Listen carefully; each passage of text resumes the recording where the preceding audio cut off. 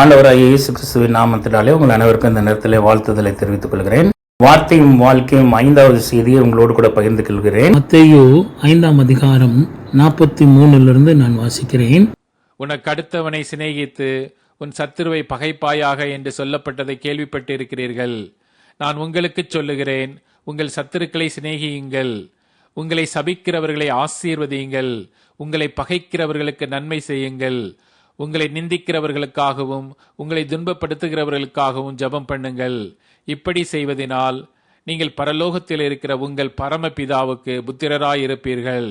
அவர் தீயோர் மேலும் நல்லோர் மேலும் தமது சூரியனை உதிக்க பண்ணி நீதியுள்ளவர்கள் மேலும் அநீதியுள்ளவர்கள் மேலும் மழையை பெய்ய பண்ணுகிறார்.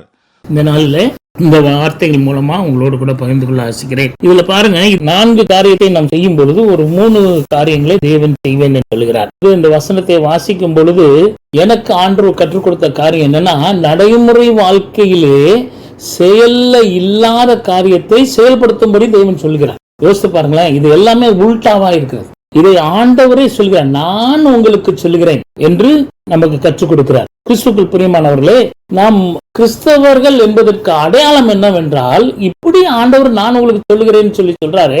இதை கை கொள்ளும் பொழுதுதான் நாம் கிறிஸ்தவர்கள் என்பதை புரிந்து கொள்ள முடியும். இதுல பாருங்களேன், உங்க சத்ருக்களை சிநேகிங்கள். நமக்கு யாரு சத்ரு அப்படின்னு சொல்லி பாத்தீங்கன்னா, இப்போ பணி செய்யற இடத்துல நம்மளுடைய சீனியர்ஸ் இருப்பாங்க, இல்லைன்னா மேனேஜர்ஸ் இருப்பாங்க. அவங்களுக்கும் உங்களுக்கும் ஏதாவது ஒரு கான்ட்ரடிக்டரி ஸ்டேட்மெண்ட் இல்ல ஏதாவது ஒரு ஆர்குமெண்ட்ஸ்ல சத்ருவாய் மாறி இருப்பாரு. அப்போ அவங்களுக்காண்டி ஜெபம் பண்ணணும், அவங்களுக்காண்டி நேசிக்கணும். அதை தான் இங்க சொல்லி தருது. நமக்கு எதிர்நடையா செய்றாங்க. ஒருவேளை நம்ம குடும்பத்துல நம்ம சகோதர சகோதரிகள், இல்ல மாமனார் மாமியார், இல்ல பக்கத்து வீட்டுக்காரங்க, எழுத்து வீட்டுக்காரங்க, இவங்க நம்மளை சத்ருவை போல நினைத்தார்களானால், செயல்பட்டார்களானால், அவர்களுக்கு நம்ம என்ன செய்யணும்? அவர்களை நேசிக்க வேண்டும் என்று கர்த்தர் சொல்கிறார். இது நடைமுறையில சாத்தியமானதானா? கண்டிப்பா உண்டு. ஏன்னா தேவன் தன்னை அடித்தவர்களை, சிலுவையில அறைந்தவர்களை மன்னியும் என்று கேட்டார். அது இல்லாம தேவன் மன்னித்தார் அவர். அப்போ சிநேகிக்க வேண்டும், அததான் தேவன் எதிர்பார்க்கிறார். சத்ருவை சிநேகிக்க வேண்டும். நம்ம என்ன பண்ணலாம்னு கேட்டீங்கன்னா, இதை எப்படி கை கொள்வது என்று பார்ப்பீர்களானால், ஒரு லிஸ்ட் எடுத்துக்கணும். நமக்கு விரோதமா யாரெல்லாம் பேசுறாங்க.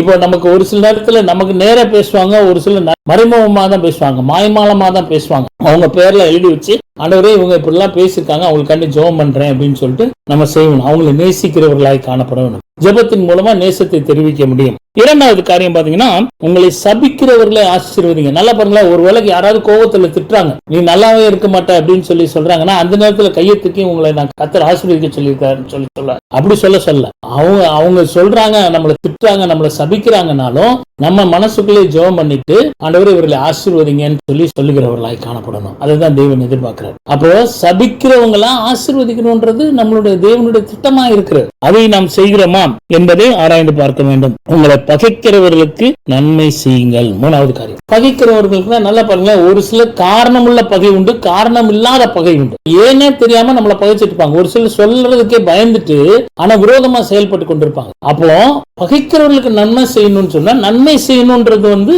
யாருக்கு செய்யணும்ன்ற கண்டிஷன்ஸ் எல்லாம் ஆண்டவர் சொல்லல. நமக்கு விரோதமா இருக்கிறவர்களுக்கு செய்யணும்னு தான் தேவன் எதிர்பார்க்கிறார். அப்ப பகைக்கிறவர்களுக்கு நம்ம நன்மை செய்தோம்னா அதுல இருந்து என்ன தெரியும்? கிறிஸ்துவின் அன்பை நம்ம வெளிப்படுத்துகிறவர்களாய் காணப்பட முடியும். பகைக்கிறவர்களுக்கு நன்மை செய்கிறவர்களாய் இருக்கிறோமா என்பதை நம்ம ஆராய்ந்து பார்க்க வேண்டிய விஷயமா இருக்குது. அதுதான் தேவன் நம்ம இடத்துல எதிர்பார்க்கிறார். பகைக்கிறவர்களுக்கு நன்மை செய்ய வேண்டும். அப்படி செய்கிறோமா என்பதை ஆராய்ந்து பார்க்க வேண்டும். 4வது காரியம், உங்களை துன்பப்படுத்துகிறவர்களுக்காக ஜெபம் பண்ணுங்கள்.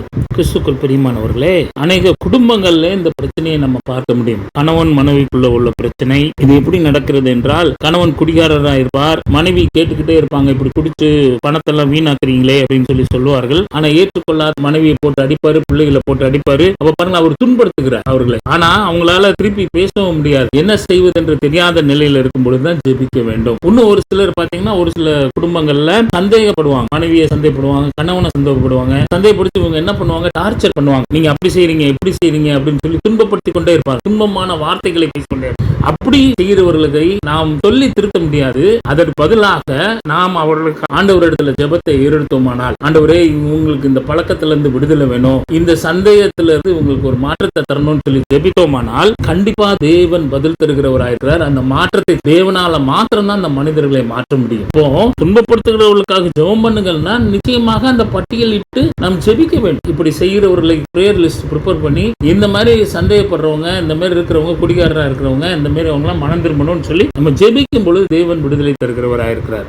அப்ப வேதனைப்படுத்துறவங்க, துன்பப்படுத்துறவங்களுக்காக நம்ம ஜெபம் பண்ணுகிறோமா? நம்ம ஜெப பட்டியல் எப்படியா இருக்கிறது? அதுதான் ரொம்ப ரொம்ப முக்கியமான ஒரு விஷயமா இருக்கு. துன்பப்படுத்துறவங்களுக்காக ஜெபிக்க வேண்டும். இந்த 4 காரியத்தை நம்ம செய்யும் பொழுது எப்படி?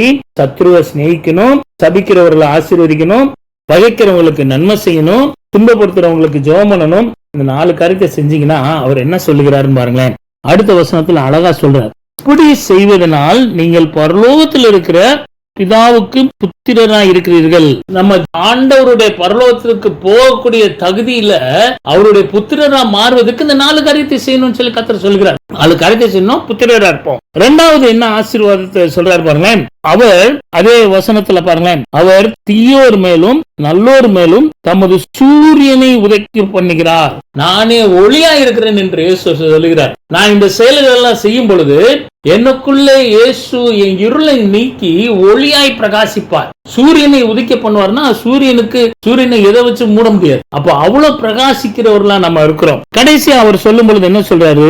நீதி உள்ளவர்கள் மேலும் அநீதி உள்ளவர்கள் மேலும் மழையை பெய்ய பண்றார். எப்படி ஒரு பிளெஸிங்க தேவன் தருகிறார். முதல் 4 காரியத்தை செய்யணும்னா 3 காரியத்தை சொல்றாரு. பரலோகத்தின் புத்திரரா இருப்பீங்கன்னு சொல்றாரு. உங்க மேல சூரியன் உதிக்கப்படும் சொல்லி சொல்றாரு. கடைசியா சொல்லும் பொழுது என்ன சொன்னாரு? மழையை பெய்ய பண்ணுவேன் அப்படின்னு சொல்லி சொல்றாரு. அப்புறம் மழை என்பது எதுக்கு அடையாளமாய் சொல்லப்படுது? ஆசீர்வாதத்தை சொல்லுகிறது. உங்களுடைய தேவைகள் சந்திக்கப்படும், ஆவிக்குரிய தேவையும் சந்திக்கப்படும், பொருளாதார தேவைகளும் தேவன் சந்திப்பார். அதுதான் அந்த பகுதியில் சொல்லியிருக்கு. 4 காரியத்தை செய்யும் பொழுது 3 காரியத்தை ஆண்டவர் நமக்கு செய்வார் என்று இந்த பகுதியில் சொல்லப்பட்டிருக்கிறது. ஜெபிக்கலாம். ஆண்டவரே, இந்த வார்த்தைக்காக ஸ்தோத்திரிக்கிறோம். 4 காரியங்களை செய்து 3 ஆசீர்வாதங்களை எங்களுக்கு தரும்படியாய் வேண்டுதல் செய்கிறோம். நீங்க எங்களை பொறுப்பெடுத்துக் கொள்ளுங்க. எல்லாரும் வசனத்தின்படி வாழ்வதற்கு உதவி செய்யுங்க. இயேசு கிறிஸ்துவின் நாமத்தினாலே வேண்டுதல் செய்கிறோம் நல்ல பிதாவே. C Augustus Agape counselling ministry Madurai. ஆலோசனைக்காக போன்ல என்னோடு கூட நீங்க தொடர்பு கொள்ளலாம். Thank you very much. God bless you.